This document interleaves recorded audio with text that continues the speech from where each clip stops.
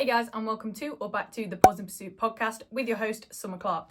So after last week's episode that I did without planning the episode and I did plan it, but I didn't plan my answers to the questions. I kind of just put down the question and then thought of the answer on the spot. I actually enjoyed that way more than when I plan it out, and you guys also said that you did. I'm going to sneeze. Bless me.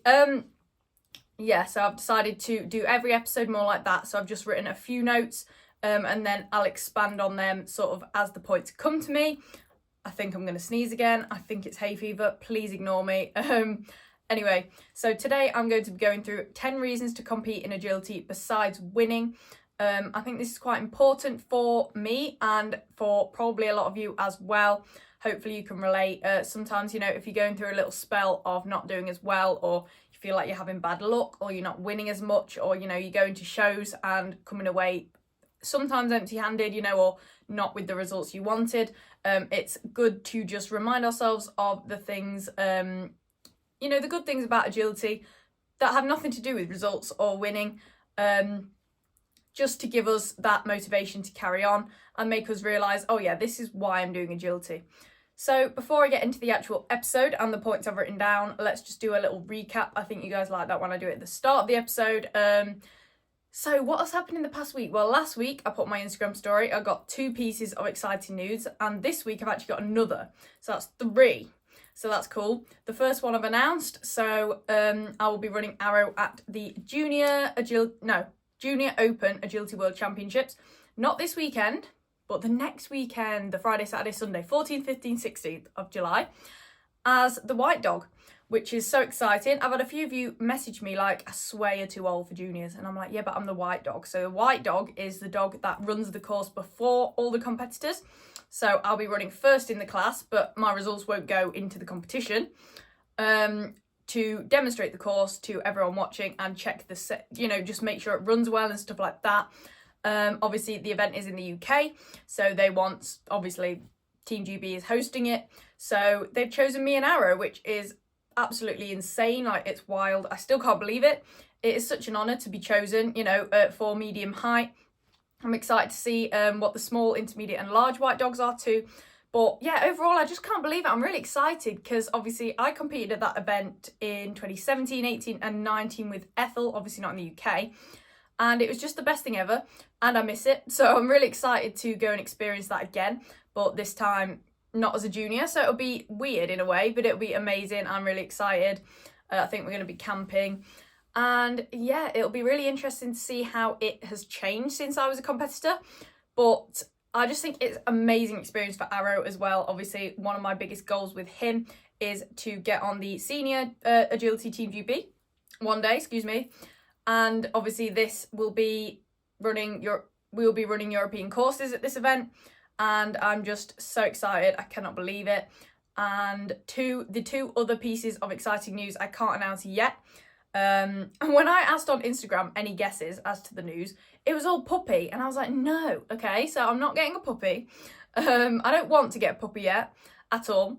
I don't have the time at the moment, but most importantly, I am still mega focusing on Arrow. He's not even 4 yet. I haven't brought his whole potential out of him. There's so much more I want to achieve with him. I don't like the thought of getting another dog before you've got the most out of the dog you're working with at the moment, but that's just me and how I've always done it. I guess I've never experienced doing that, so I don't know if it'd be good or not, but to me I'd rather just work on one dog at a time almost. I know it means, like with Ethel, I had to go a while while Arrow was still young, just competing Ethel and not really getting anywhere, but to me that's worth it. I don't like the thought of having to work on 2 dogs just as intensely as each other, or you know what I mean. So no, it's not a puppy. I don't want a puppy yet. No thank you, not for me right now. One day, but no, definitely not yet, not for a while. And then another one of the guesses I think was Arrow got his platinum warrant. No, he is about, I think, 150 points away from his platinum warrant. So not too far if you think about it. So every jumping wins 10 points, every agility wins 20. So hopefully by the end of this year he'll have it. But yeah, 2 other bits of exciting news that I'm yet to announce, but I will announce them to you all on my Instagram as soon as possible, as soon as I get them all confirmed and get the all clear. But yeah, so very exciting. What else happened? I think that's all that happened this past week. I went to Wellingborough. So I went to Wellingborough, and you probably saw 2 out of 2 jumping wins, and then the Olympia qualifier, he knocked a pole but had the fastest time by a second. And then in the, which is really irritating obviously, but he was amazing. And then in the Crufts ABC qualifier, he had the fastest time by 2 seconds, but he just came off the seesaw a bit too early. It wasn't even a fly, it was just a bit too early, and he got 5 for that. So that was also annoying.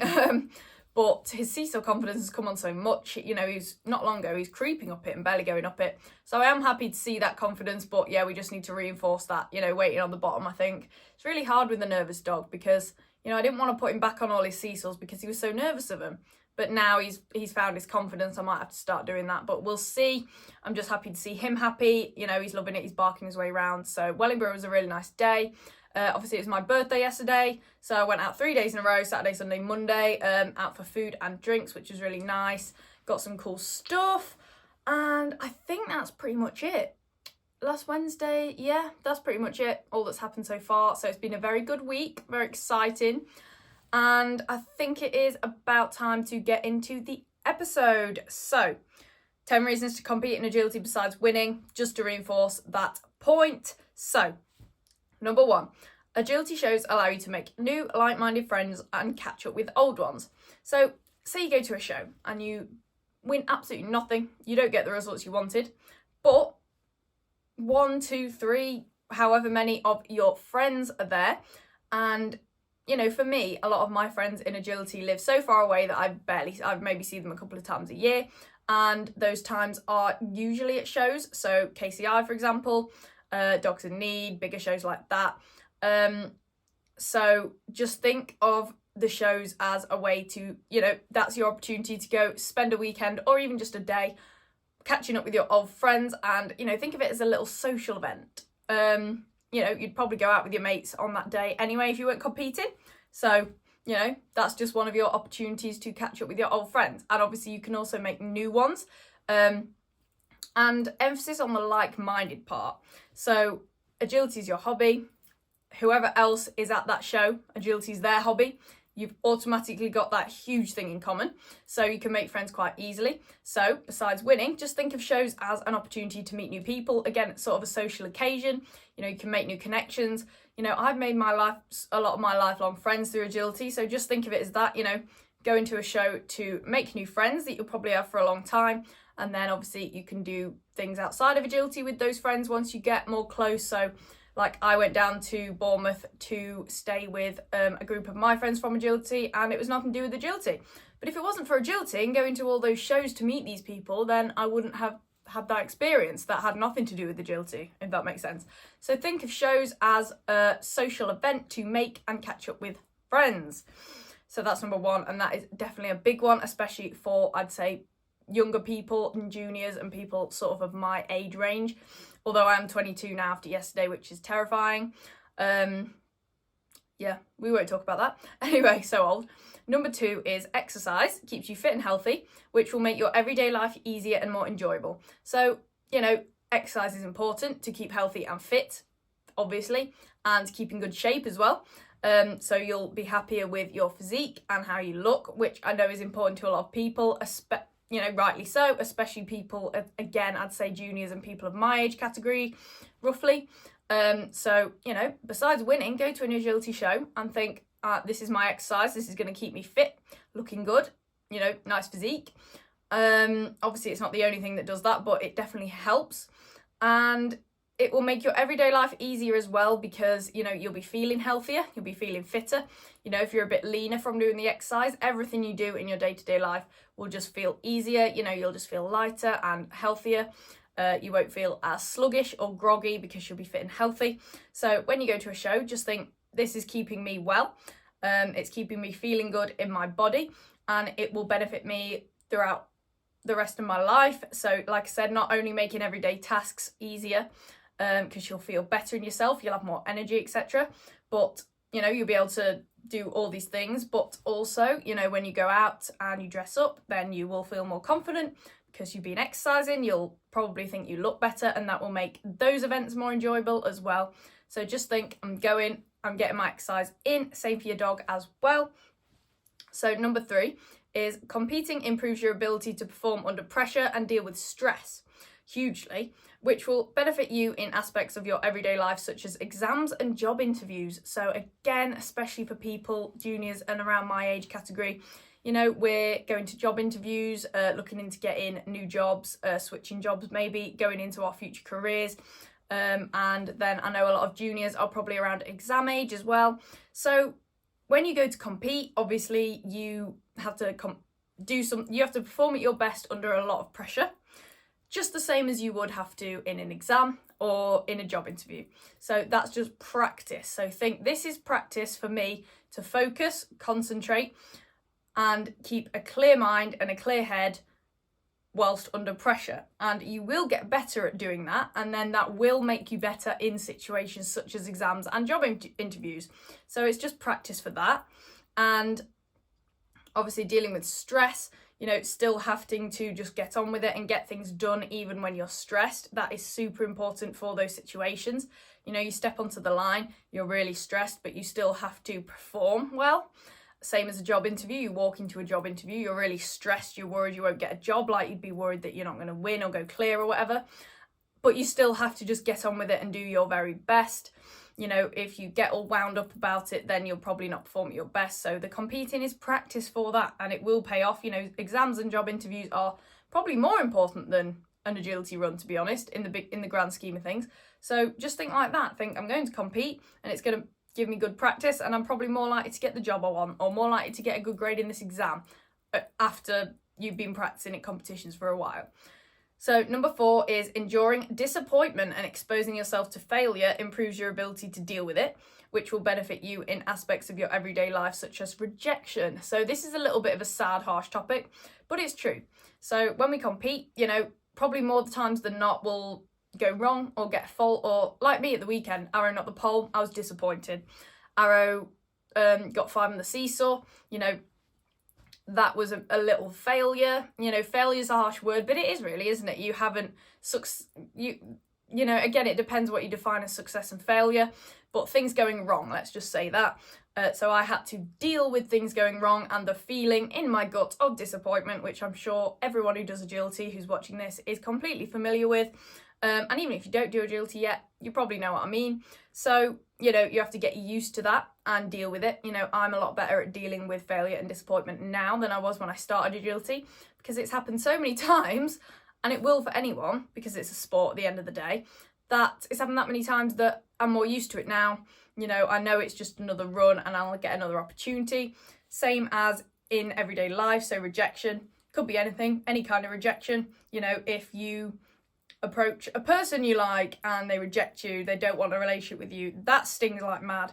If you, again, job interview, if you go to a job interview and you don't get the job, that stings like mad. If you apply for a school, college, university, and you don't get in for whatever reason, that stings like mad. All these kind of feelings of disappointment and failure and, I wasn't good enough, even though that's not the case, that's the feeling that you get. So think, go into a competition, and it's mental exercise as well. So I'm going to train my mind to get stronger and deal with things going wrong, because life is life, and life is tough, and life is unfair, and it will happen in your everyday life too. And the more you practice dealing with those emotions, the more natural it will come for you to deal with them in a positive and productive way, so that you don't get super down on yourself when it does happen. So that is another way to think of competing. So number 5 is having a competition to train for allows you to wake up with a sense of purpose every day. So if you've got a competition at the weekend, or even in a couple of weeks or a month, then you get up and think, oh, I've got that coming up, let's get up, let's get out of bed, let's get going, let's go outside and train, even if it's just into the garden, or let's get up and go to training, or, let's get up and go to the gym so I'm fit for the competition. I started the gym and running and swimming and all the exercise I do for agility, and then found a love for working out and exercise secondary to that. So if it wasn't for competing, I might not have even got into that, who knows, because that was the, immediate thing that made the immediate motivator. Oh, I should probably start working out to get fitter for agility. Started and then loved it. So, you might find a love for that as well. I've gone a bit on a tangent. What was I saying? Oh, yeah. So, having that motivation to train for a competition just makes you a bit more motivated in your everyday life. And motivation can be hard to, find, especially when our everyday lives are just, get up, go to work, come home, make food. Do you know what I mean? Kind of monogamous or monotonous? I don't even know the word, but you know what I mean? My mum will be laughing if she's watching this because I always get that word wrong. You wouldn't think I got a level 9 in GCSE English language, would you? Anyway, so I keep going off on loads of tangents, but yeah, if you enter those competitions, then you wake up and it gives you that sense of purpose. There's nothing better than feeling like you have a purpose throughout your day. It just motivates you to push on, even when, you get a bit bored or things get a bit difficult or you're a bit tired. It just gives you that sense of purpose when you wake up. So get those competitions entered and go to them, because just think, well, it's improving my motivation levels and my drive in my everyday life, and that, in turn just creates a happier everyday life. So number 6 is competing gives you a reason to spend time outdoors. So we all know how important it is to get outdoors. You got your vitamin D from the sun, which is super important. Get a nice tan. Just think, if I go to a competition and spend all day outside, I'm going to be really nice and brown and get a nice tan for the summer. Or, whatever time of year it is. To be honest, I do love getting a tan myself. I love being in the sun. You get your fresh air. So again, it just makes you overall more healthy. Being out in sunlight as well also lifts your mood. It's been proven, that if you're, that's why people, I can't remember what it's called. I think it's SAD, seasonal something depression. I can't remember what it was. Seasonal something depression, and it's just where, say, in the winter some people become depressed because they don't get enough natural light, because it's always cloudy and dark, especially in countries like we live in, England. I'm saying we live in, I do have some abroad listeners, overseas listeners should I say. But yeah, if you, and likewise, if you spend all your time, inside in your room, whatever, you're not going to be as healthy, and, you're not going to be as tanned. And also you're just not going to feel as good at all in yourself, and your mood's just going to be worse. It's just science. So think, right, I'm going to compete, no matter if I win or lose, this is good for me. This will make me feel happier in the long run because I am outdoors in the fresh air and in the sun. And that is a proven fact. So number 7, competing opens you up to exciting opportunities such as sponsorships and business ideas. So I'm a prime example of this. So because I got into agility, I have my sponsors now. I wouldn't have them if I didn't do agility. I don't know what else I would have done, but I have those sponsors because I do agility. So obviously, as you know, I've got Paleo Ridge, which is a raw food, and I've also got Ready to Run, which is my agility trainer. And I also had Grenade, which is a protein brand, at one point until they stopped sponsorship. That's another story. I think I've already told it. Anyway, yeah, I definitely have already told it. But, if you compete, even if you're not winning every single time, like I don't win every single time, but I still have those sponsors because, I still do well, even if it's not every single time. And just the fact that you're getting out and doing those things and travelling and putting yourself out there, it opens you up to the idea of getting sponsored, which is really exciting. You get some free products, which is cool, and partnerships with brands. So it's all very exciting. And just think, well, if I compete regularly and, make progress, then I can, I have something to sort of approach sponsors with, if that makes sense, like approach potential sponsors with if you're doing something like that. And business ideas, obviously, if you're competing in agility, then you're going to inevitably get better at it and get better at handling and understanding how it works. So that could give you the idea to become an agility trainer, or, if you just get into the dog world and are competing, then, you could get the idea to be a groomer or anything else with dogs whatsoever. So just little stuff like that. Again, it just puts you in the position to be open to different things. Podcasting as well. If I didn't compete in agility, I wouldn't have got the idea to start this podcast, which I'm really loving. And and it's getting bigger. Again, another topic that I'll talk about another day. But it just opens you up to other opportunities that actually has nothing to do with wins when you go to shows, if that makes sense. It's just the fact that you're doing it, and in the grand scheme of things, over the span of say a year or more, or, well, I've been doing it since I was 11, so over the span of some years doing it, then you can get into other exciting things as a result of competing. So just think, I'm going to compete, it may not all happen for me immediately, but if I'm consistent and I stick at it even when it's tough, then those opportunities may come to me in a few months or years, which is really motivating for me. So number 8, competing opens you up to the possibility of experiencing major events such as Crufts and EO. So before I started competing in agility, I didn't know about Crufts. I didn't know about Team GB. I remember when I did my first tryouts in 2016 for the 2017 YKC Team GB, I didn't even know what it was. So one of my friends at the time was like, oh, you should come to this junior competition. So I went to it, competed, and then at the end there was the briefing, parents briefing or whatever, and we were all sat there. I was 16, something like that, 15, 16, and they were like, oh yeah, so we'll let you know if you're successful, and if you get onto Team GB, you'll be going to Luxembourg. And me and my mum looked at each other, we were like, what?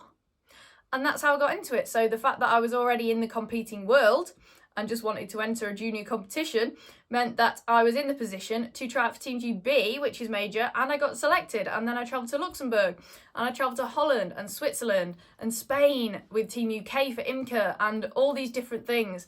And just being in the competing scenario allows you to, realise that these things are something that you can aim for and do. And like, if you didn't compete in agility, you wouldn't be able to go to these events, which are life-changing. Like, the 3 years of EOJ were the best years of my life to date. Like, they were mega. And if I didn't compete, or I had never started competing, I wouldn't have even known that that was a thing I could do. Same with Crufts. Even when I heard about Crufts, I didn't think, oh, I could do that. And then I started competing, and I can, I've then qualified for like 7 years in a row now and competed there and won there last year with Arrow. And it's just all these really exciting things that are only possible if you compete, if that makes sense. So again, when you go into shows, think, I'm working towards these things, and you just never know what's going to come up, do you? So number 9 is competing allows you to improve the relationship between you and your dog. This is super important, which will make the time you spend together in your everyday lives more enjoyable. So at the end of the day, yes, I know a lot of us do get dogs with the thought, oh, they're going to be an agility dog. I want this dog for agility. But really, you still have to spend your everyday life with your dog. So, think about it. Your dog is still a pet, even though you compete in agility with it. So it still has to, he or she, they still have to fit into your family life, into your everyday life, live at home, you go on walks, you do more stuff outside of agility with your dog than actual agility.